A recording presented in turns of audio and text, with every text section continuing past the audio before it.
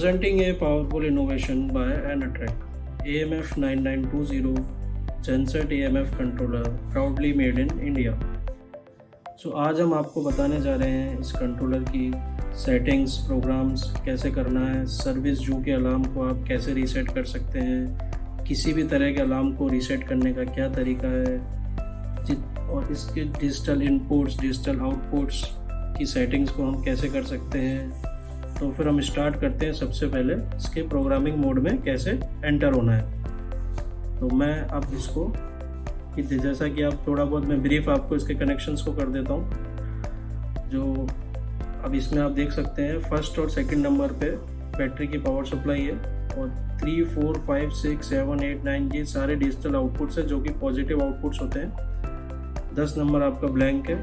11, 12 and 13 ये जो आपके हैं ये फ्यूल सेंसर्स और एलएलओपी सेंसर और टेम्परेचर सेंसर, ये 3 सेंसर्स हैं। और 14, 15, 16, 17 ये 4 आपके डिजिटल इनपुट हैं जो कि नेगेटिव इनपुट है। और 18 एंड 19 इज फॉर RS485A और RS485B। ऊपर की साइड आप देख सकते हैं 21, 22, 23 एंड 24 ये जो है जेनसेट के वोल्टेजेस के लिए R phase, Y phase, B phase और न्यूट्रल। इसी तरीके से मेंस के वोल्टेज के लिए R phase, Y phase, B phase, 25, 26, 27 और 28। CT के कनेक्शन के लिए आपको 29, 30, 30 और 31 2 पे करने पड़ेंगे। और जैसा कि आप देख सकते हैं अब अपन इसके प्रोग्रामिंग मोड में कैसे एंटर करना है और क्या क्या सेटिंग्स अपन जो मेन बेसिक सेटिंग्स है और इनपुट्स की सेटिंग्स है, आउटपुट की सेटिंग्स है, कैसे अपन अपने अकॉर्डिंग चेंज कर सकते हैं वो हम आज आपको दिखाने जा रहे हैं।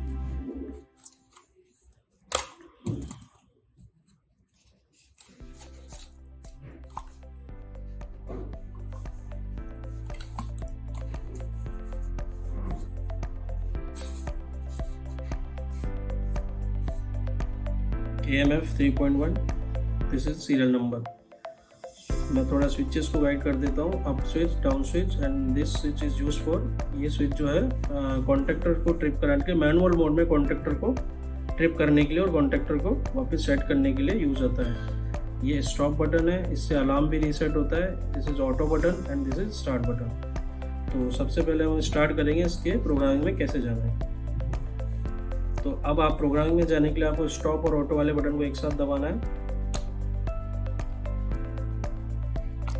Now programming mode. अब अपना इसका पासवर्ड है कंट्रोलर का 1000, तो 1000 पासवर्ड के लिए आपको 2 टाइम्स स्टार्ट का बटन प्रेस करना है और 4 टाइम्स स्टॉप का बटन प्रेस करना है। अब अपन प्रोग्रामिंग मोड के अंदर एंटर कर चुके हैं। तो सबसे पहले मैं आपको जो कंट्रोलर की बेसिक सेटिंग होती है CT प्राइमरी, उस सेटिंग्स के बारे में बताऊंगा। उससे पहले अपन एक चीज़ और जान लेते हैं, इसमें crank time, stop time, cool down time ये सब कौन से पैरामीटर पे आता है। तो सपोज दैट अब उसके लिए एक यूज़र मैनुअल भी है, वो यूज़र मैनुअल आप सबके पास होना चाहिए जो कि आपकी प्रोग्रामिंग के लिए ईजी रहता है। तो अपन इसमें अब इसमें डिफरेंट टाइप्स ऑफ पेजेस हैं। जैसे अपन अप वाले स्विच से 201 पे जाएंगे, alternator poles, system configuration, engine start attempts. अब आप देख सकते हैं मैं अप वाले डाउन से कंटिन्यूस पेजेस चेंज कर रहा हूँ।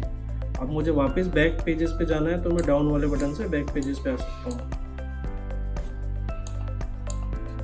और अब मुझे 101 के आगे 102, 3, 4 अगेन मेरे को कम करना है तो मैं स्टॉप से कम कर सकता हूँ। तो मेरे को preheat time, crank time, suppose that आपको क्रैंक टाइम 3 से ज़्यादा करना है तो आप सबसे पहले ऑटो वाला बटन प्रेस करेंगे। ऑटो वाला बटन प्रेस करने के बाद स्टार्ट बटन से आप इसको बढ़ा सकते हैं और स्टॉप बटन से आप इसको कम कर सकते हैं। जितना भी आपको क्रैंक टाइम सेट करना है वो क्रैंक टाइम सेट करने के बाद वापस ऑटो वाला बटन दबा देंगे तो ये वहीं स्टॉप हो जाएगा। इसके बाद आगे अपन सेटिंग में जाते हैं क्रैंक रेस्ट टाइम।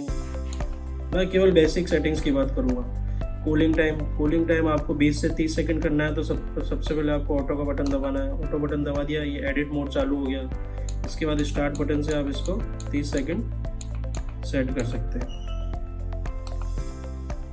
इसके बाद मैं अब आगे जाऊंगा स्टॉप टाइम आपको 25 से 20 सेकंड्स करना है तो पहले आपने ऑटो वाला बटन दबाया, ऑटो वाला बटन दबा के स्टॉप से हम इसको 20 सेकंड कर सकते हैं। जो भी सेटिंग्स है सारी एडिट करने के लिए पहले ऑटो वाला बटन दबाना, उसके बाद स्टार्ट और स्टॉप से हम उसको कम ज़्यादा कर सकते हैं। अब मैं वापस ऑटो वाला बटन दबाऊंगा, फ्रीज हो जाएगा, इट मीन्स सेटिंग सेव हो चुकी है। अब मैं सेकंड वाले पेज पे जाऊंगा और सबसे पहले मैं आपको बताता हूँ डिजिटल इनपुट्स की सेटिंग्स कैसे करनी है। तो वो अपने 501 पे आती है, ये 501, ये LLOP की सेटिंग है डिजिटल इनपुट ए, जो कि ये वाला है डिजिटल इनपुट ए। अब इसकी सेटिंग्स की जो डिफ़ॉल्ट सेटिंग आती है वो एज LLOP इनपुट है। अगर आप इसको चेंज करना चाहते हैं तो आप इसको इस तरीके से ऑटो वाला बटन दबाएंगे और जो भी आपके डिज़ायर्ड सेटिंग्स है वो आप इससे चेंज कर सकते हैं। आपको वापस बैक आना है तो वापस आप बैक भी आ सकते हैं इस तरीके से। जहाँ भी आपको सेट करना है, सपोज दैट आपको SWT सेट करना है तो यहाँ पे आप ऑटो वाला बटन दबा दीजिए, सेट हो जाएगा। इनपुट्स की सेटिंग हमको जो पोलैरिटी है वो हमको हमेशा 0 रखनी है। जैसे आप देख सकते हो मैं 501 से मेरे को 502 पे जाना था तो मैं स्टार्ट वाले बटन से आया। अगर मेरे को 601 पे जाना है तो मैं अप और डाउन से जाऊँगा, 702, 701, 801। अब मैं वापस 501 पे इससे आ गया। अब मेरे को 502 पे जाना है तो मैं स्टार्ट वाले बटन से आऊँगा। इनपुट्स की सारी सबकी पोलैरिटी 0 रखनी है। ये देखिए 503 पे आप एक्शन क्या लेना है इनपुट के ऊपर, और 504 पे जो भी इनपुट का डिले है। इसी तरीके से इनपुट बी, इनपुट सी और इनपुट डी, ये सारी सेटिंग्स आप इस तरीके से कर सकते हैं। इसके बाद अब आएगी सेंसर की सेटिंग्स। ये एनालॉग इनपुट है, जो सेंसर पहले पीछे 3 सेंसर लगे, oil pressure, coolant temperature, fuel, इन तीनों सेंसर की सेटिंग आएगी। तो अब 601 पे आपको 3 ही रखना है, सेटिंग को आपको नहीं छेड़ना है, ये बाय डिफॉल्ट सेट होता है।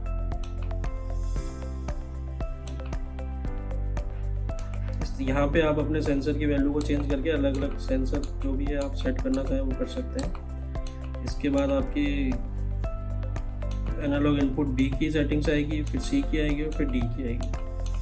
अब मैं जाऊँगा डिजिटल आउटपुट्स की सेटिंग में। डिजिटल आउटपुट की सेटिंग में आपको पहले नंबर पे जो ये वाले जो आउटपुट्स हैं इनकी सेटिंग आएगी। तो डिजिटल आउटपुट ए आपका एज फ्यूल होता है, जो कि आपको स्टार्ट की कमांड कंटिन्यूस देता है जैसे जनरेटर स्टार्ट होता है। बी पे आपकी स्टार्ट है, सी पे इसी तरीके से आपको कोई भी सेटिंग चेंज करनी है। सपोज दैट आपको डिजिटल आउटपुट डी, ये डिजिटल आउटपुट डी है, इसकी सेटिंग चेंज करनी है तो इसके लिए आप ऑटो वाला बटन दबाइए और इसकी सेटिंग जो भी आप चेंज करना चाहें वो कर सकते हैं। और इसके अलावा जो भी बेसिक सेटिंग होती है वो मैं अब 201 पे आऊँगा। 201 पे आने के बाद आप देख सकते हैं 223 अपन इस पेज नंबर पे स्टार्ट वाले से चलेंगे तो ये आता है आपका सिटी प्राइमरी। यहाँ पे जो भी आपका डिजायर्ड सिटी प्राइमरी उसको आप सेट कर सकते हैं। सपोज दैट आपका 150/5 है तो आप ऑटो वाला बटन दबाएंगे और इसको सिटी प्राइमरी की सेटिंग जो भी है 150 वो सेट कर सकते हैं। वापस ऑटो वाला बटन दबा दीजिएगा।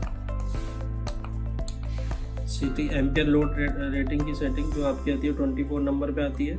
इसके अलावा जो आपकी किलोवाट की सेटिंग आती है वो 233 नंबर पे आती है। ये जो आपके बेसिक्स 3 सेटिंग्स है ये हर जेनसेट में, हर कंट्रोलर में होनी है वो है।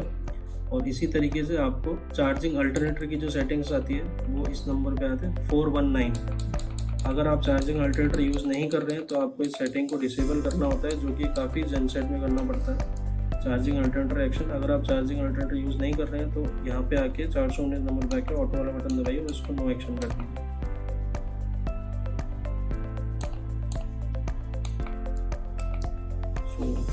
This is the basic settings और आपके पास यूज़र मैनुअल होना बहुत ज़रूरी है सेटिंग्स के लिए। For more details you can contact on below number।